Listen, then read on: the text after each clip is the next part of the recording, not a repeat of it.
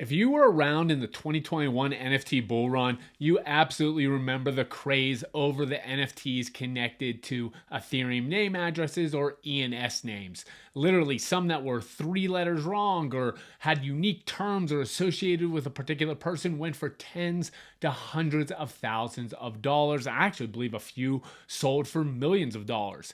But something very interesting, and I own quite a few ENS names myself, that the Ethereum name service has integrated with PayPal and Venmo. Essentially, what an ENS name does is that long string address, Ethereum address that you're used to sending ERC20 or Ethereum to those addresses, that you could just send it to something as simple as Brian.eth, and that recipient of holder of that NFT or that ENS name would receive the crypto that you sent over to them. So just really interesting news here. Love to see that PayPal and Venmo is still pushing forward in the crypto landscape, integrating ENS names. So definitely take a look. If you still hold some of those ENS names, if you still hold some of those NFTs, you could be sitting on some very interesting opportunities. There's definitely been some interesting news around CryptoPunks. We saw a fallback in the price over this most recent bear market, but it's definitely been chugging along with some multi-million-dollar sales. So we've seen one just right now that another punk sold for over $1.2 million,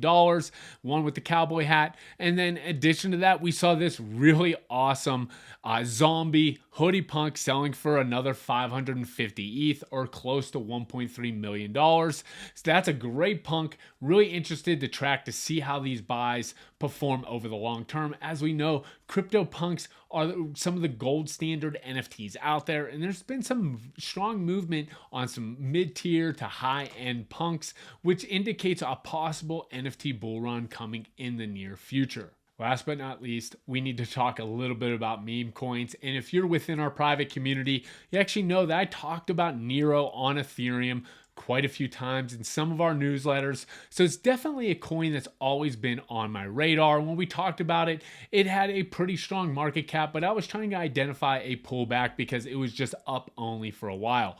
Well, the pullback was a little bit more substantial than anybody even imagined, causing it to drop quite a bit.